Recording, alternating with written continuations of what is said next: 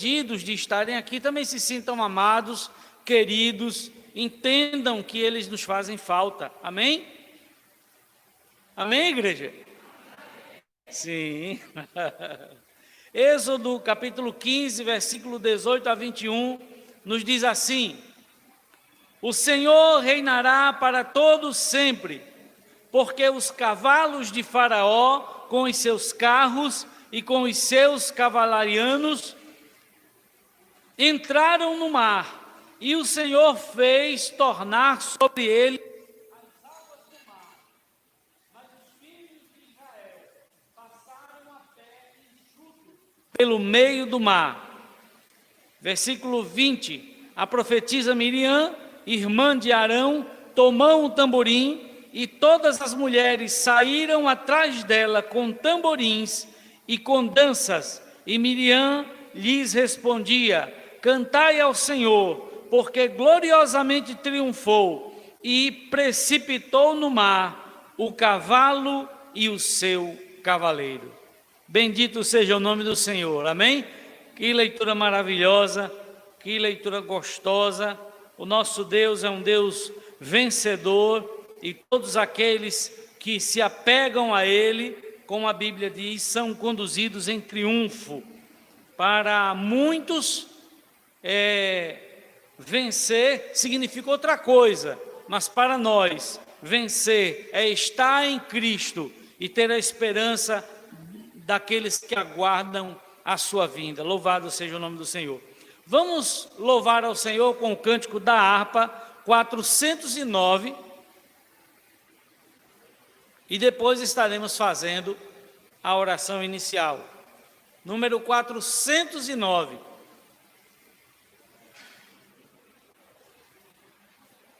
Convide seu coração, sua mente, convide sua alma a adorar a Deus nesse momento. Como eu disse, procure seu lugar, se aquiete, evite distrações, envolva-se na adoração e no louvor, porque foi para isso que você veio aqui, em nome de Jesus.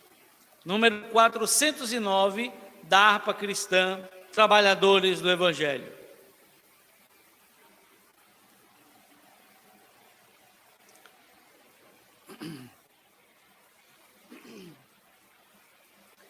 Trabalhadores do Evangelho, em breve ceifareis, quer fracos vós sejais ou velhos, do céu vigor tereis.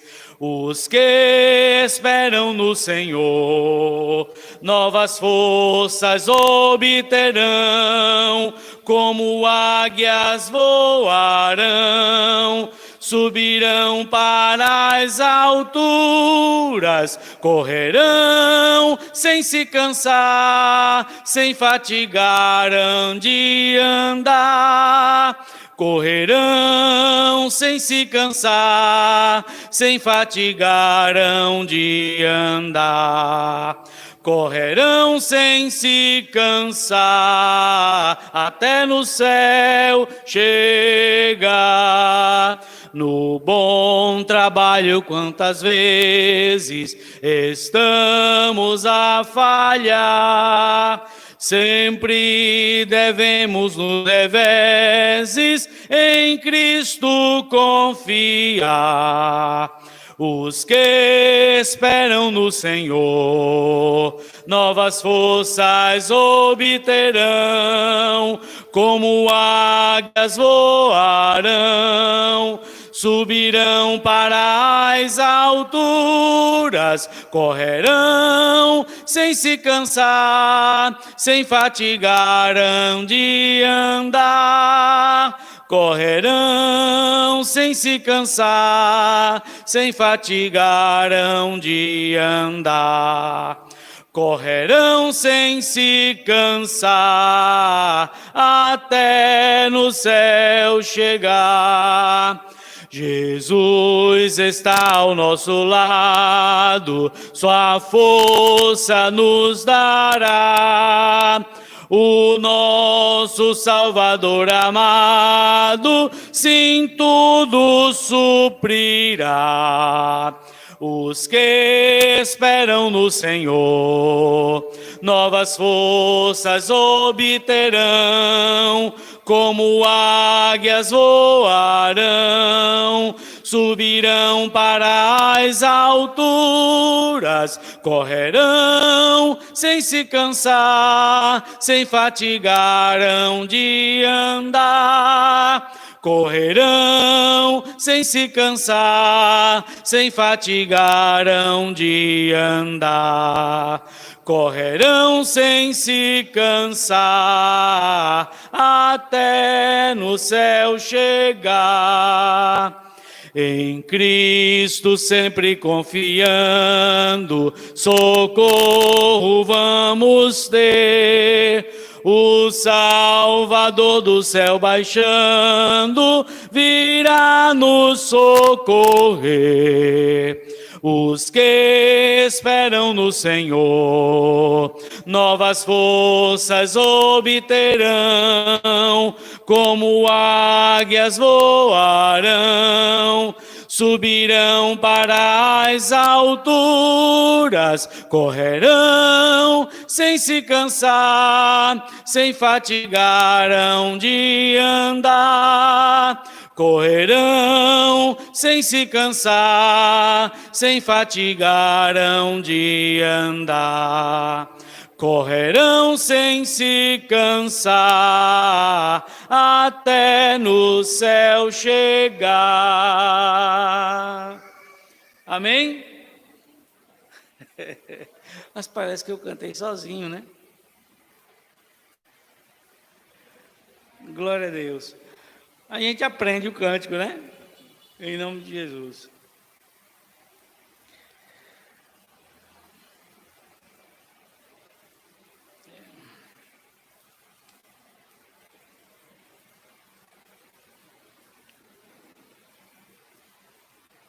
Vamos nos colocar em pé.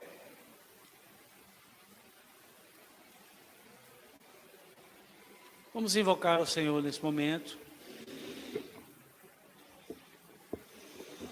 Às vezes algumas pessoas podem ficar intrigadas, porque o pastor Alon, em vez de começar o culto como toda vez acontece, com uma oração, ele começa com uma música, ou então ele começa com uma leitura, com uma saudação. Não existe uma fórmula para o culto, existem os elementos que compõem o culto. Amém?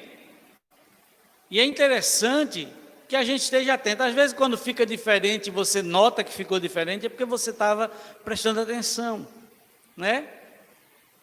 Louvamos ao Senhor, entramos pela sua porta com louvores, mas vamos encher o nosso coração de ações de graça, nessa oração inicial, primeira oração do culto, invocando o nome do Senhor, invocando a sua graça sobre nós. Eu queria que você mencionasse seu nome, eu queria que você mencionasse o nome da igreja, dos irmãos que aqui estão, dos irmãos que estão nos assistindo, distantes, e cada família representada. Vamos pedir ao Senhor, humildemente, que derrame a sua graça sobre nós agora, que perdoe os nossos pecados, e que nos faça compreender a sua vontade esta noite, que fale aos nossos corações, né, pastor Rivaldo? Que fale aos nossos corações através do pastor Rivaldo, que vai nos trazer a palavra nessa noite, que fale aos nossos corações através dos louvores, que os nossos irmãos aqui e ali vão trazer para a nossa meditação, em nome de Jesus, amém? O culto, quem está prestando não é a Igreja Batista dos Guararapes, como uma ideia institucional ou coletiva. O culto é do Senhor, mas quem trouxe o culto para Deus foi você, amém? Glória a Deus. Então oremos ao Senhor. Maravilhoso Senhor, nós te agradecemos, Senhor, por estarmos aqui, por termos a liberdade de te adorar, Senhor, no nosso país, aqui, Senhor, onde somos legitimamente cidadãos brasileiros, e podemos, ó Deus, dizer ao nosso país que toda a terra está cheia da tua glória. Podemos falar, ó Deus, aos nossos concidadãos que Jesus Cristo é o Senhor, que Ele veio em carne, que Ele morreu por nossos pecados, que ressuscitou e que vive e voltará. Louvado seja o seu nome. Pai amado, abençoa todos os que aqui estão, ó Deus, aqueles que mesmo distante, mas pela internet acompanham este culto e participam conosco também cultuando ao Senhor. Meu Deus, que a tua graça se derrame sobre nós, como foi dito anteriormente, dando-nos condições, ó Deus, de sermos tocados no profundo do nosso ser, pela tua presença, pelo teu conhecimento, pela tua luz, e tendo as nossas consciências iluminadas, que nós sejamos aperfeiçoados, aproximados de ti, da tua glória, aproximados da tua vontade. Meu Deus, em nome de Jesus, que toda tristeza, que todo abatimento, que toda dúvida, que qualquer clima pesado, Senhor, que seja trazido por nós, Senhor, que esteja no lar, que esteja no coração, ou no relacionamento conjugal, Senhor, que essas coisas, Senhor, elas sejam abaladas pela Tua palavra, sejam abaladas pela Tua presença, que o Senhor venha tirar de nós aquilo, ó Deus, que é um fardo, Senhor, desnecessário, e que nós, Senhor, tomemos o fardo de Cristo sobre nós, que nós tomemos a sua autoridade e saiamos daqui, Senhor, para vencer, como diz a tua palavra. Meu Deus, traz o sorriso àquela boca que nunca mais sorriu, traz, Senhor, a saúde àquele corpo que nunca mais soube o que é saúde, traz a cura, ó Deus, para aqueles, ó Deus, que há tempo estão sofrendo enfermidade, que se opere aquilo que é inerente à pregação do Evangelho, aquilo que corresponde, ó Deus, à eficiência do Evangelho no meio da tua igreja, com vidas transformadas, com pecadores arrependidos, com corações quebrantados, com olhos lagrimantes, ó Deus, com confissão e com adoração genuína diante da tua presença, Pai, em nome do Senhor Jesus, nós te oramos, e a igreja diz, amém, aleluia. Podem assentar, meus irmãos. Nós já temos o ministério, a equipe de louvor disponível, amém.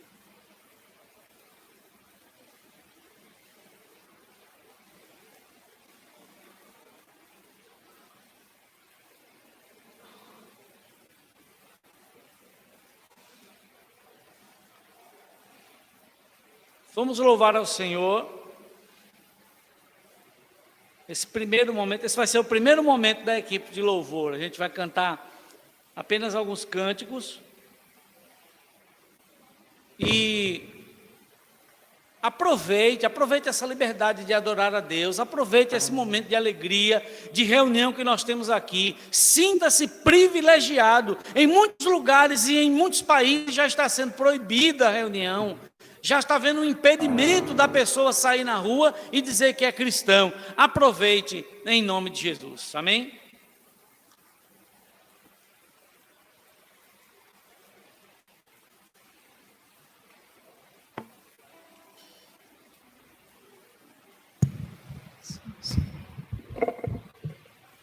Eu saúdo a igreja com a paz do Senhor. Amém. É motivo de muita alegria estar na casa do Pai.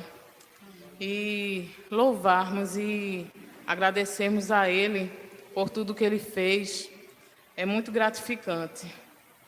E eu quero deixar aqui uma palavra no livro de...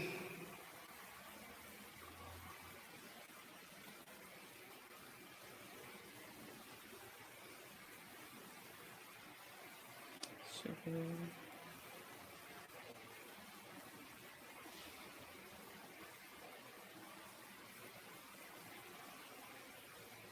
No livro de João 12, 46, que diz assim: Eu sou a luz que vim ao mundo, para que todo aquele que crê em mim não permaneça nas trevas. Só o Senhor para fazer tudo isso por nós. E eu peço que os irmãos fiquem em pé para louvarmos e agradecermos ao Senhor e entoar um cântico a Ele, porque só nele que encontramos a alegria e o prazer de viver na casa dele e em comunhão com os irmãos também, porque é o Senhor que nos proporciona tudo isso. Amém?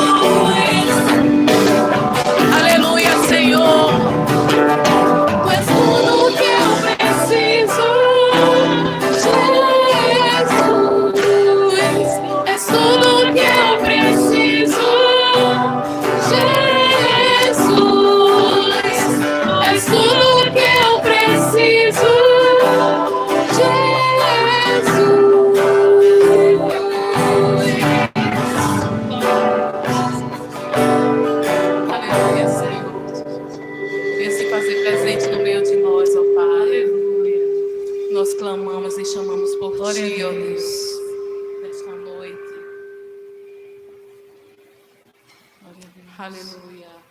Glória a Deus. Bendito seja o teu santo nome, ó Pai.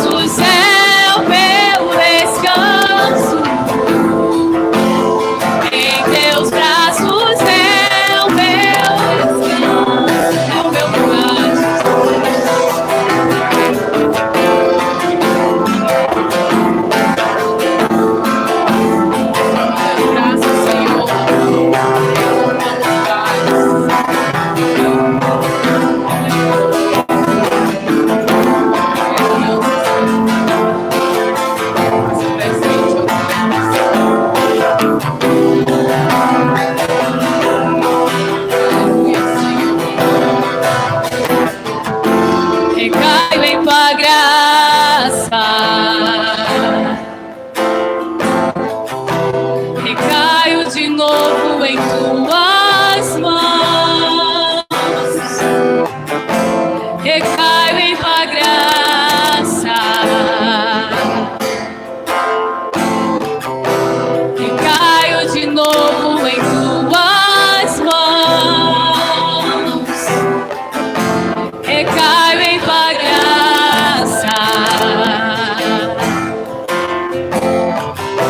recaio de novo em tuas mãos, e se eu passar pelo vale, acharei conforto em teu amor, pois eu sei que és aquele que me guarda, me guarda.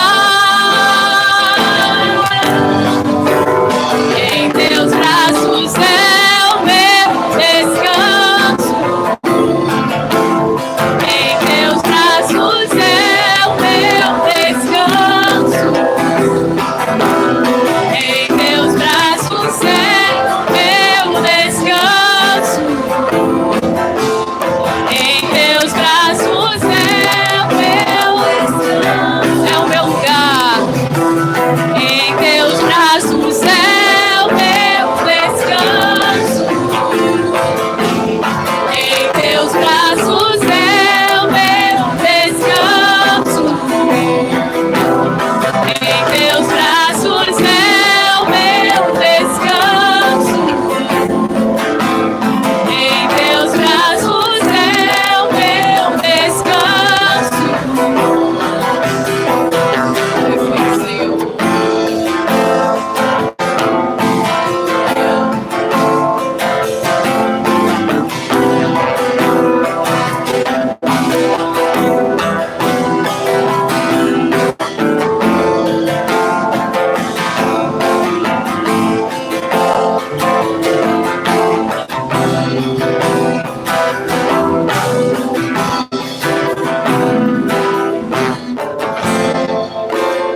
Aleluia. Que o Senhor nos abençoe.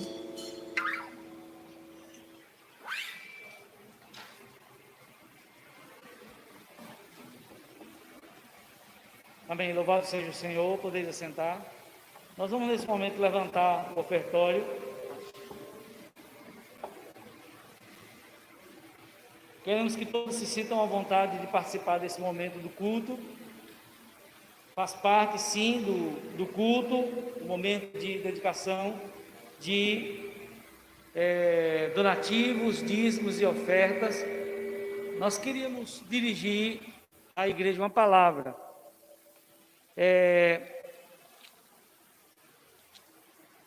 Segundo Atos dos Apóstolos 2, 44 e 45, Gálatas 6, 9 e 10 e Gálatas 2, 10, também 1 Coríntios 9, 11, 13 e 14 e 2 Coríntios 9, 7. Segundo esses textos, que depois eu citei muito rápido aqui, se você quiser eu posso passar para você, é só procurar.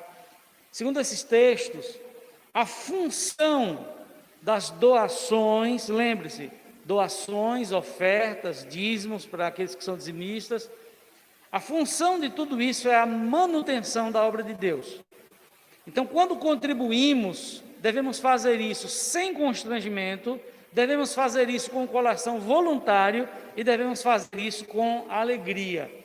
E esse espírito que a palavra de Deus diz que Deus ama aquele que dá com alegria, em se tratando dos donativos, ele deve ser o resultado da consciência da igreja, que a igreja tem para com os seus necessitados, que é uma coisa que eu tenho visto o empenho aqui da liderança da igreja, mas eu acredito que nesse ano de 2021 nós veremos ainda mais essa atenção da igreja para com aqueles que precisam mais dessa atenção da igreja.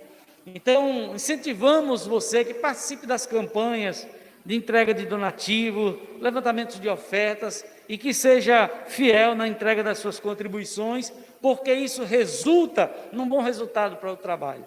Como novamente eu digo, os que estão presentes aqui não são obrigados a participar desse momento, mas os que fizerem, façam isso com voluntariedade e alegria, lembrando, meus irmãos, que a recompensa, ela vem do Senhor, a sua bênção sobre nós. Amém? Vamos, nesse momento, dedicar ao Senhor as nossas ofertas, enquanto nós louvamos a Deus com o cântico Oferta de Amor. E logo após, eu estarei passando a palavra ao pastor Rivaldo. Amém? Vem o Senhor minha vida oferecer, como oferta de amor e sacrifício. Quero minha vida a Ti entregar, como oferta viva em Teu altar. Pois para Te adorar foi que eu nasci. Cumpre em mim o Teu querer, faça o que está em Teu coração,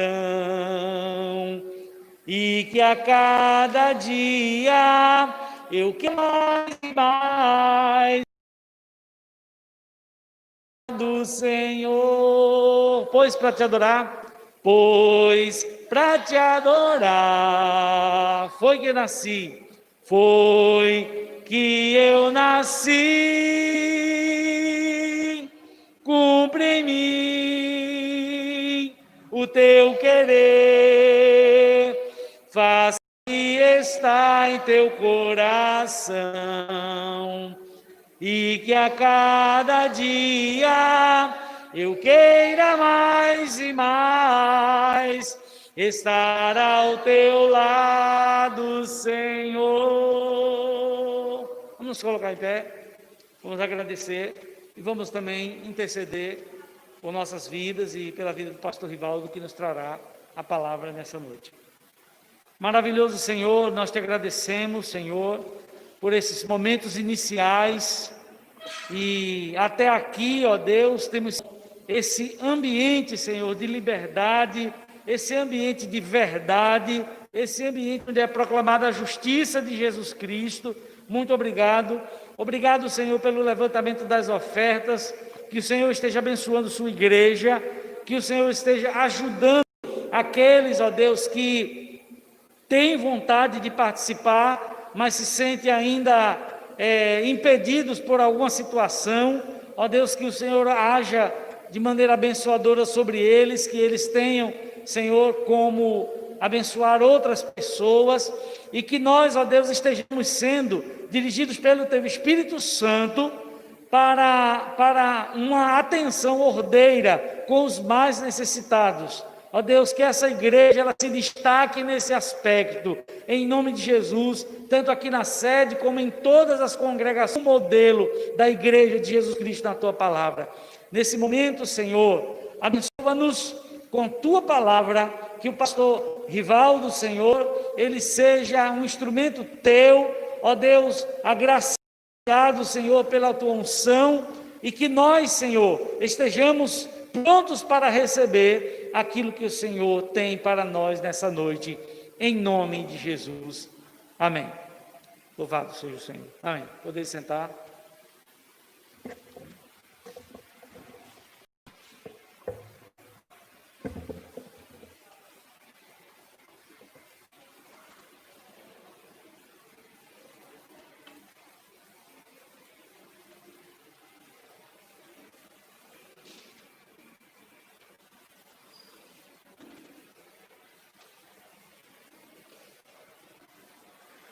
Sou da igreja com a graça e a paz do Senhor Jesus. Que bom podermos estar juntos nessa noite, bendizendo o nome do Senhor. Sinto-me feliz por estar junto com os amados irmãos, rever aqueles que tenho visto com uma relativa frequência e rever alguns que eu não tenho visto já há um bom tempo, mas fico feliz por, juntamente com você, meu querido, minha querida, podermos adorar ao nosso Deus. Quero dar boas-vindas também a todos aqueles que nos visitam nessa noite, que possa sentir-se acolhido do nosso meio, que você possa estar adorando ao Senhor como Ele é digno e possa refletir na palavra de Deus. Nós vamos ler, meus irmãos, sentados mesmo, já ficamos no período aí em pé. Nós vamos ler o texto do Evangelho, conforme escreveu Mateus. Mateus, capítulo 20. Mateus, capítulo 20. Vamos ler do versículo 1 até o versículo 16. Mateus 20, do primeiro versículo ao 16.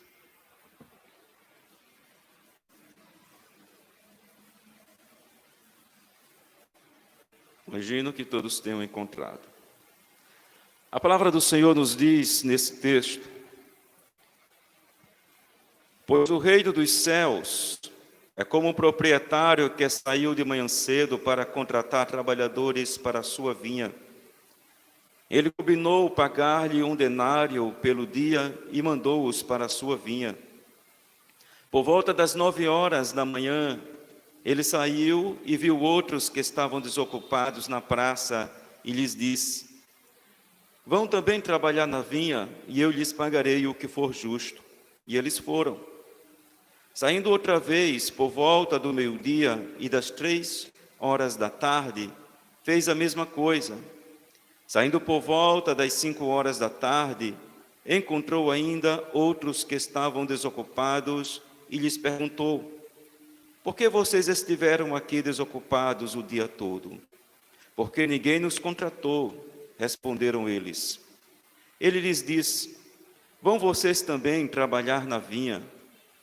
Ao cair da tarde, o dono da vinha disse a seu administrador: chame os trabalhadores e pague-lhes o salário, começando com os últimos contratados e terminando nos primeiros. Vieram os trabalhadores contratados por volta das 5 horas da tarde, e cada um recebeu 1 denário. Quando vieram os que tinham sido contratados primeiro, esperavam receber mais, mas cada um deles também recebeu 1 denário.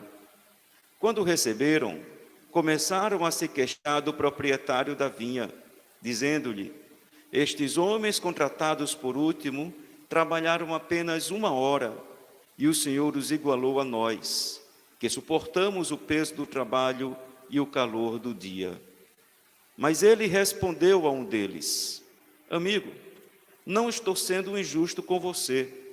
Você não concordou em trabalhar por 1 denário? Receba o que é seu e vá. Eu quero dar ao que foi contratado por último o mesmo que lhe dei. Não tenho o direito de fazer o que quero com o meu dinheiro? Ou você está com inveja porque sou generoso?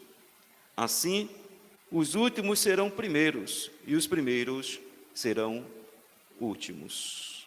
Amém? Oremos ao nosso Deus, agradecendo pela sua palavra. Você possa abaixar sua cabeça, agradecer ao Senhor pela palavra, também reconhecendo suas falhas, reconhecendo seus pecados, nesse momento, em nome de Jesus. Pai amado, nós bendizemos a Ti, Te exaltamos, Te glorificamos, Te agradecemos por toda a Tua bondade para com nossas vidas, Pai. Nós, Senhor Deus, reconhecemos que não somos dignos, reconhecemos o nosso demérito, reconhecemos como somos falhos e queremos sempre estar enxergando os nossos pecados, Senhor Deus. Pedimos que Tu nos perdoe, que Tu nos restaure, que Tu nos fortaleça para não voltarmos aos mesmos erros, Pai. E muito obrigado, Senhor, por momentos como este, no qual nós podemos estar nos alimentando espiritualmente. Senhor, que nessa noite a Tua palavra proclamada possa de fato estar em nossos corações e no poder do Teu Santo Espírito possamos estar vivendo, colocando em prática no nosso dia a dia, Pai. Nós Te glorificamos, Senhor, nós bendizemos o Teu nome e queremos que nesse momento nossa atenção esteja plenamente voltada para Ti, Senhor, porque os nossos corações têm de estar abertos para as Tuas santas verdades, Pai.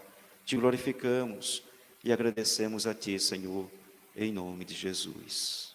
Amém. Meus queridos e minhas queridas, se a gente olha para esse texto com o nosso olhar do século 21, de uma forma especial, se você tem aquela uma preferência, né, vamos dizer, de filosofia política, e aí você olha para esse texto e você começa a pensar um pouco sobre meritocracia, e de fato, levando em contexto, em questão, o fator da meritocracia, o mais justo aqui seria pagar mais a quem mais trabalhou, a quem mais se esforçou, e pagar menos a quem menos se esforçou. Porque a meritocracia vai olhar justamente o esforço, o tempo empenhado, vai olhar quem se esforçou mais. Isso é justo. E há uma certa lógica nisso. E, portanto, nós, com esse nosso olhar da meritocracia, olharíamos para esse evento, olharíamos para essa situação, e quem sabe diríamos, aquele homem que contratou aqueles trabalhadores, olha, você não está certo, porque veja bem, veja o esforço de cada um, veja o mérito de cada um, então veja que você cometeu um equívoco aí. Mas essa é a lógica do nosso raciocínio, essa é a lógica de nós entendermos as coisas. Mas nós queremos olhar para essa parábola, percebendo que essa lógica, ela está presente como nós pensamos, de fato, acerca da nossa relação com Deus. Mas que também a parábola nos mostra algo ilógico, algo que não vai se encaixar nos nossos sistemas, na nossa forma de pensar, na nossa forma de ver as coisas, que é justamente a graça de Deus. Veja, meus irmãos, que esse texto, ele está localizado aqui em Mateus, justamente depois daquele encontro de Jesus com o chamado jovem rico, com aquele homem que tinha muitas posses e que tinha em seu coração o dinheiro como sendo o seu Deus.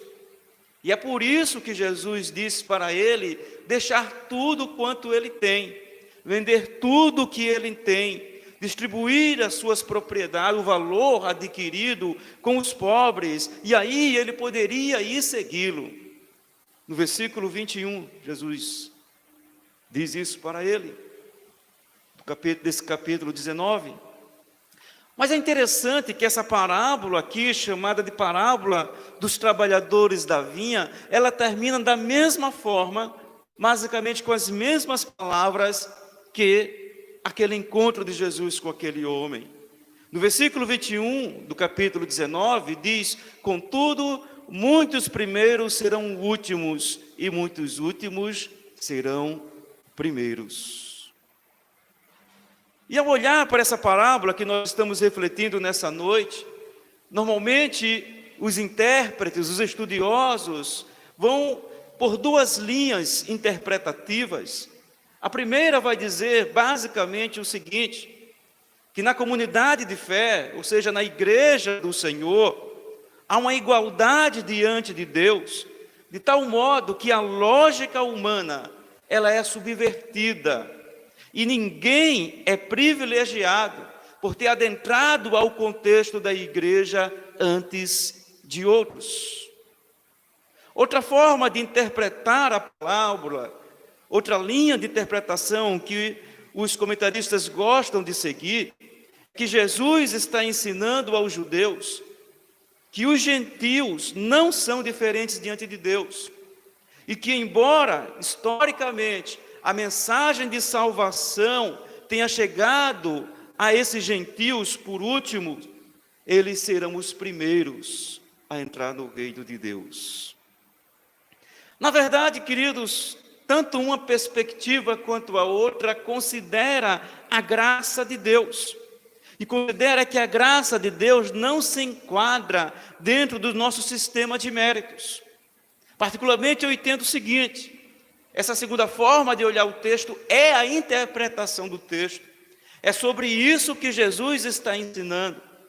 E a primeira forma de entender é uma aplicação. Nós tiramos daquele contexto essa realidade, essa verdade que o texto diz acerca da salvação para os judeus e para os gentios e podemos aplicar para o nosso contexto, para nossas vidas, para a dinâmica do quanto e quando nós estamos servindo ao Senhor. Aqueles que chegaram primeiros não são melhores do que aqueles que vieram depois. Aqueles que têm 20 anos de crentes não são melhores do que aqueles que têm 6 meses.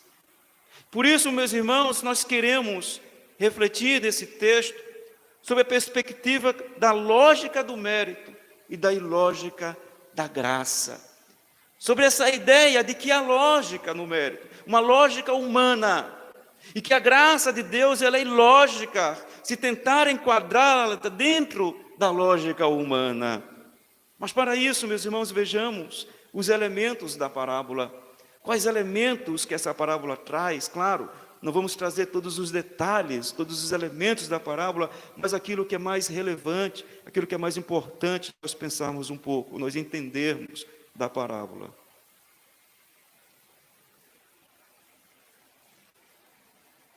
Versículo 1 e 2 inicia com este homem fazendo o contrato, chamando os trabalhadores para trabalhar na vinha.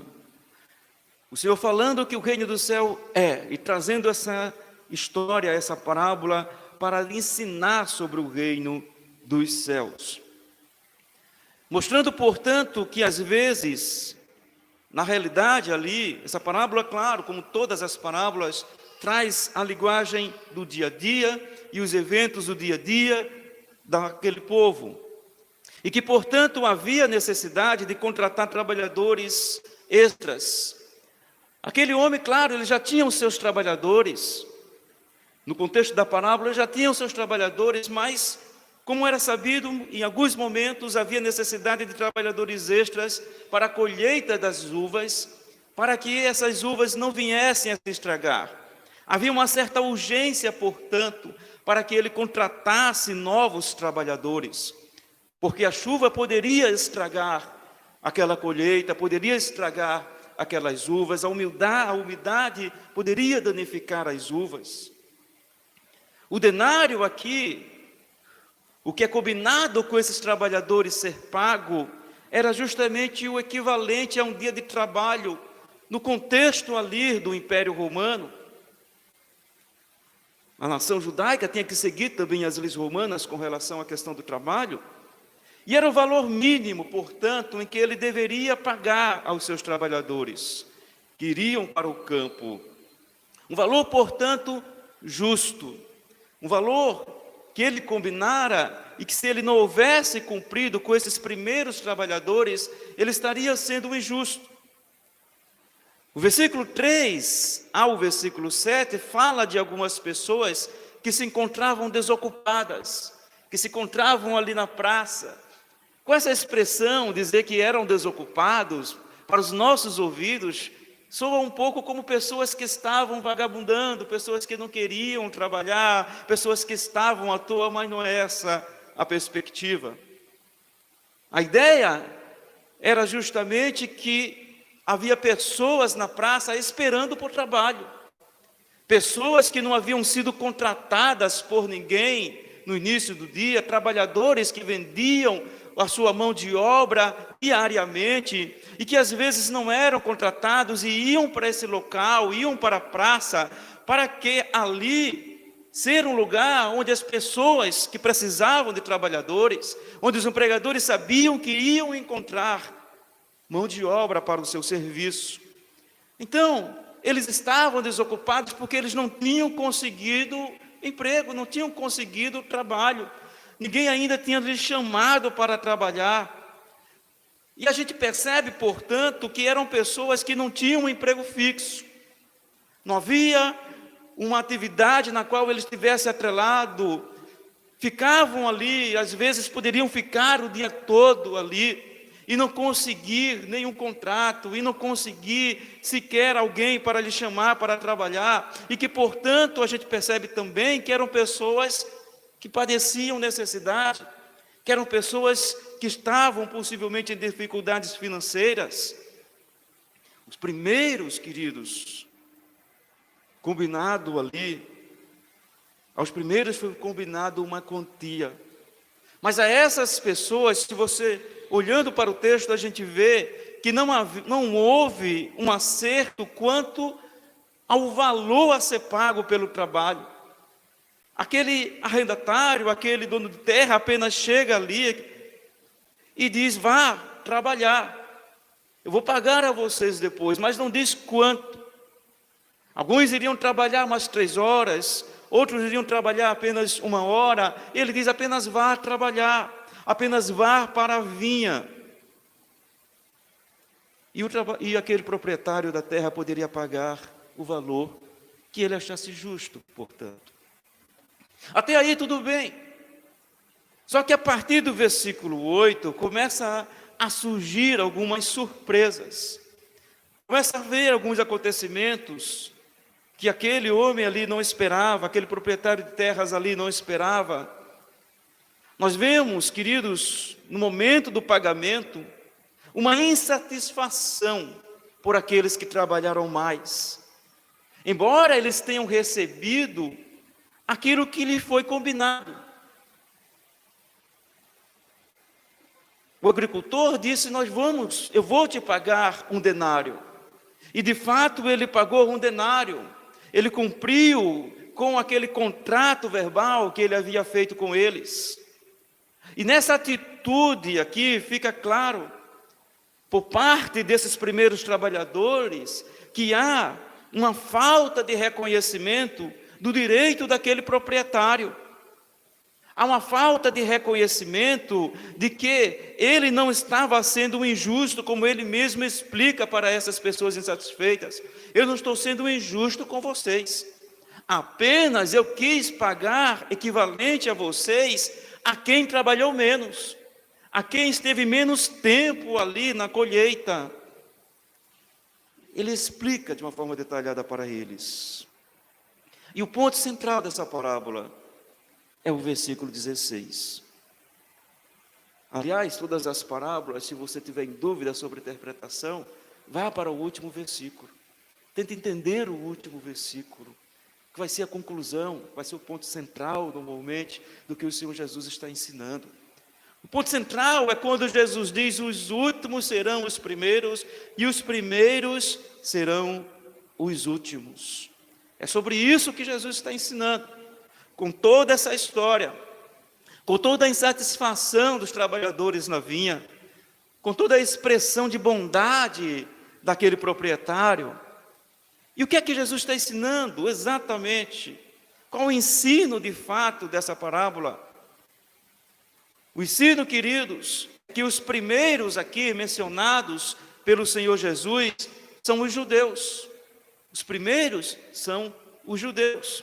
Esses receberam a promessa do Messias, receberam a revelação do Senhor no Antigo Testamento, os oráculos divinos, receberam a intervenção do Senhor na sua história, conduzindo-os, guiando-os, livrando-os muitas vezes, castigando-os quando necessário, mas Deus se fazendo presente na sua história. Receberam tudo isso. Receberam uma aliança na qual Deus diz que seria o seu Deus. E em contrapartida, eles teriam que viver em fidelidade, teriam que ser o seu povo. E havia sobre eles a promessa de que o Messias chegaria, de que o Messias viria. Mas quando chega o Messias, eles não creem, eles não acreditam. Não pode ser. Nós esperávamos outra coisa. Nós esperávamos um libertador político. Nós esperávamos não alguém que fosse um homem simples e caminhasse junto com o povo. Nós não esperávamos isto. Ele não pode ser o Messias, e ele não aceita a pessoa de Jesus de Nazaré como sendo o Messias. Não conseguem crer nele como sendo o Messias, a não ser alguns poucos que ouvem as boas novas, que Deus trabalha em seus corações e que abre os seus corações para a mensagem do reino. E quem são os últimos? Os últimos somos nós. Os últimos são os gentios, os não-judeus. Aqueles a quem por último é anunciado o Evangelho. O Evangelho é anunciado primeiramente aos judeus, que enquanto nação recusa a mensagem do Evangelho, recusam ao Senhor Jesus, portanto é dada a ordem à igreja para levar a mensagem da salvação até os confins da terra, para todos os gentios. Aonde a igreja chegar, aonde a igreja alcançar, a mensagem do Evangelho deveria estar indo com ela. Nós somos esses últimos que cremos no Evangelho, depois que foi anunciado por último a nós. E os judeus, portanto, queridos, olhando para essa perspectiva, para essa ideia, poderiam não achar isso justo. E de fato, até mesmo para os discípulos, houve uma grande dificuldade de aceitar a transmissão da mensagem do Evangelho para os gentios. Havia muito preconceito enraizado. Era muito difícil para ele mudar toda uma estrutura de pensamento, toda uma forma de pensar, de conseguir olhar para os gentios e entender, eles são iguais a mim. Eu sou tão pecador quanto eles, eu sou tão falho quanto ele, e o fato de estar na nação de Israel não me torna melhor do que nenhum deles. O pensamento comum dos judeus, ao olhar para os gentios, é de que eram impuros. Havia palavras, havia expressões jocosas que no dia a dia, nas conversas, utilizavam para se referir aos gentios. Aqueles cães, quantas vezes eles não oravam: Senhor, obrigado porque eu não nasci um gentil, obrigado por eu não nascer um cão. Havia toda uma herança cultural de desprezo, de forma que até para os discípulos foi difícil. Foi necessário o Senhor revelar-se para Pedro, abrir os céus, lhe dar uma visão, dizer a Pedro: Pedro, não faça impuro aquilo que eu purifiquei. Mostrar a Pedro que o Evangelho precisava ser anunciado aos gentios, e ele poderia pregar a Cornélio, poderia pregar a todos os gentios, sem nenhum constrangimento, porque era a vontade do Senhor. E diante disso, meus queridos, o Senhor ensina a sua igreja, ensina aos seus discípulos, aos seus apóstolos, ensina a nós que para Ele não há favoritismo, que Ele não faz acepção de pessoas, que para Ele tanto faz o judeu ou o gentio. Não há nacionalidade, não há nenhum critério humano que faça alguém mais favorável aos benefícios de Deus. Ele olha para todos e vê pecadores, e vê falhos, e vê pessoas necessitadas da sua graça. Se você tem a tradução Almeida Revista e Atualizada, porque eu li na tradução da NVI, você observa que no último versículo tem a expressão: porque muitos são chamados, mas poucos escolhidos. Na minha tradução não tem. Claro, vai surgir a dúvida: pastor, por que algumas têm e outras não têm? A explicação é simples, embora para o entendimento às vezes vai demorar um pouco. A explicação é que nos manuscritos mais antigos não havia essa expressão. Perceba que ela está em colchete. Ou seja, nos manuscritos em que os tradutores da NVI, por exemplo, fizeram a sua tradução, não havia essa expressão. Em outros manuscritos mais recentes, havia, mais recente em comparação com os mais antigos, havia essa expressão. E os tradutores, portanto, Almeida Revista e Atualizada observou esses outros manuscritos e colocou essa expressão. Ele fez correto, pastor? Errou? Não, não errou. Muitos são chamados, poucos escolhidos. Isso não contraria o que toda a palavra de Deus fala a respeito do chamado de Deus para nossas vidas. Essa frase, queridos, vai trazer o sentido de que a proclamação do Evangelho, ela é para todos. Todos, muitos aqui, são todos aqueles quantos ouvirão o Evangelho. Muitos ouvirão. E a igreja tem o dever de pregar indiscriminadamente para todos. Quanto mais aproveitarmos a oportunidade que o Senhor nos concede de anunciarmos o Evangelho, que façamos. Não cabe a nós julgarmos se aquela pessoa Deus irá converter ou se não irá. Não cabe a nós criar nenhum critério de mérito se aquela pessoa merece ou não merece receber a mensagem do Evangelho, porque nenhuma merece. Todas são indignas, todos somos indignos, mas muitos são chamados. O Evangelho é anunciado a muitos, porém, diz o texto, poucos escolhidos. E quem são esses escolhidos? Esses escolhidos são aqueles que foram eleitos pelo Senhor. Foram aqueles que foram escolhidos por Deus para a salvação. E a esses não apenas ouvem o Evangelho, não apenas têm o privilégio de ouvir o Evangelho, como o Espírito Santo trabalha no seu coração, produzindo a fé, levando o arrependimento, produzindo salvação, gerando um novo nascimento, fazendo dessa pessoa uma nova criatura, transformando o seu coração. E aqui, queridos, entra uma perspectiva dessa doutrina, vamos chamar de doutrina para entender que é um ensino da palavra de Deus, desse chamado de Deus, que a gente chama, diz que é um chamado eficaz. Em outras palavras, aqueles que Deus escolheu, eles ouvirão a mensagem do Evangelho, mas não apenas ouvirão, eles atenderão, eles poderão tentar resistir nos seus corações, poderão ter os seus corações endurecidos, poderão ser até perseguidores do Evangelho, mas por mais duro que seja o seu coração, o Espírito do Senhor irá quebrantar no devido tempo. Às vezes nós podemos ouvir, como eu já ouvi de algumas pessoas, né? Eu perguntar, como é que está meu irmão, seu marido? Posso fazer uma visita para ele? Já ouvi até o seguinte, pastor, é melhor não. Você não faz ideia quanto o coração do homem é duro. Ele detesta crente. E se detesta crente, já se pressupõe que detesta pastor. E depois ouvir que a pessoa entregou a sua vida ao Senhor Jesus Cristo. Pois sendo um escolhido do Senhor, por mais que resista, chegará o momento que o Senhor quebrantará o seu coração pode ser duro, mas o chamado do Senhor é soberano.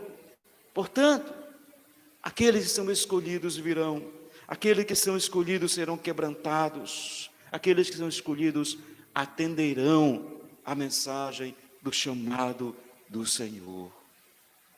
Muitos são chamados, mas os escolhidos virão para o Senhor.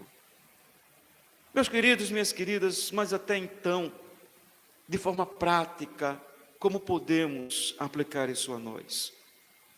Talvez você pense, e aí, pastor, mas quanto a mim? Já entendi a parábola, já entendi o seu sentido, já entendi o seu significado, já entendi a sua interpretação, mas quanto a mim, e quanto à minha vida, como é que eu posso entender e aplicar essa parábola? O ensino prático para nós, queridos, vou dividi-lo em 3 partes. Vou dizer o seguinte, que todos estávamos na mesma condição, mas o proprietário, ele foi ao nosso encontro. Todos estávamos na mesma condição. Numa linguagem ilustrativa, todos estávamos lá na praça. Todos estávamos necessitados. Perceba que, se você ler com um pouco de atenção, e claro, fazendo esse exame como estamos fazendo, a gente percebe, a gente entende, que aqueles empregados, aqueles possíveis empregados, aquelas pessoas que estavam na praça, eram mais necessitados do empregador do que o empregador deles. Na parábola, claro, o empregador ele precisa de trabalhadores para a sua vinha. Mas se não vai ser um, vai ser outro. Mas os empregadores, os empregados, aquelas pessoas que estavam na praça ali, eram muito mais necessitadas naquele momento de serem contratados. E é essa a nossa condição, era essa a nossa condição. Estávamos em total necessidade do Senhor, necessitando que o Senhor viesse ao nosso encontro, nos tirasse de uma miséria espiritual, nos tirasse da cegueira espiritual, uma escravidão das nossas mentes, de um estado de pecado, no qual muitas vezes nem enxergávamos o quanto éramos vis, o quanto éramos terríveis, o quanto ofendíamos ao Senhor. Como diz o apóstolo Paulo em Efésios 2, versículo 1, estávamos mortos em nossos delitos e pecados. Ele diz, vocês estavam mortos em suas transgressões e pecados. Mas vejam, queridos, aprove ao Senhor utilizar, não da lógica do nosso mérito, porque se Ele agisse para conosco a partir da lógica do que nós merecíamos, estaríamos todos condenados. Mas usar a lógica da sua graça, dar aquilo que não merecíamos e conceder-nos a salvação. E todas as vezes que podemos refletir sobre a salvação, pensar sobre a salvação, devemos glorificá-lo, devemos agradecer-lhe por essa graça maravilhosa. Devemos lembrar de Efésios 12, versículo 8, pois vocês são salvos pela graça, por meio da fé, e isso não vem de vocês, é dom de Deus, não por obras, para que ninguém se glorie. Quem era você, meu querido? Quem era eu? Quem éramos nós? E o Senhor veio ao nosso encontro, e o Senhor nos chamou, o Senhor nos vocacionou, o Senhor nos capacitou e nos deu uma nova vida. Mas além disso, meus irmãos, além desse entendimento que deve trazer sempre gratidão todos os dias aos nossos corações, algo bem prático que eu quero te dizer, a partir dessa parábola, nós devemos vigiar o nosso coração, de uma forma específica aqui, devemos vigiar o nosso coração contra a inveja. A pergunta retórica aqui, daquele proprietário, é interessante. Olha, não é injusto eu dar a esses tanto quanto àqueles, eu dar a eles tanto quanto a vocês. Ou são maus os teus olhos porque eu sou bom, diz na Almeida Revista e Atualizada. Na minha tradução diz, ou você está com inveja porque eu sou generoso. Já traduz de uma forma bem mais compreensível, né? Ou você está com inveja porque eu sou generoso. No mesmo sentido.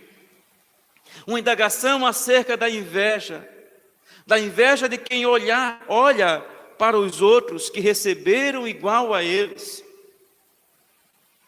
Olha para aquelas pessoas que no entendimento deles deveriam receber menos, mas que receberam igual a eles.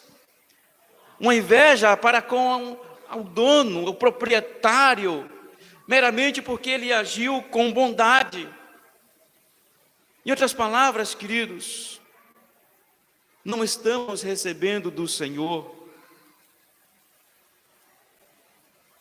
Se nós não estamos, melhor dizendo, recebendo do Senhor, tanto quanto outros, não é injustiça dele para conosco.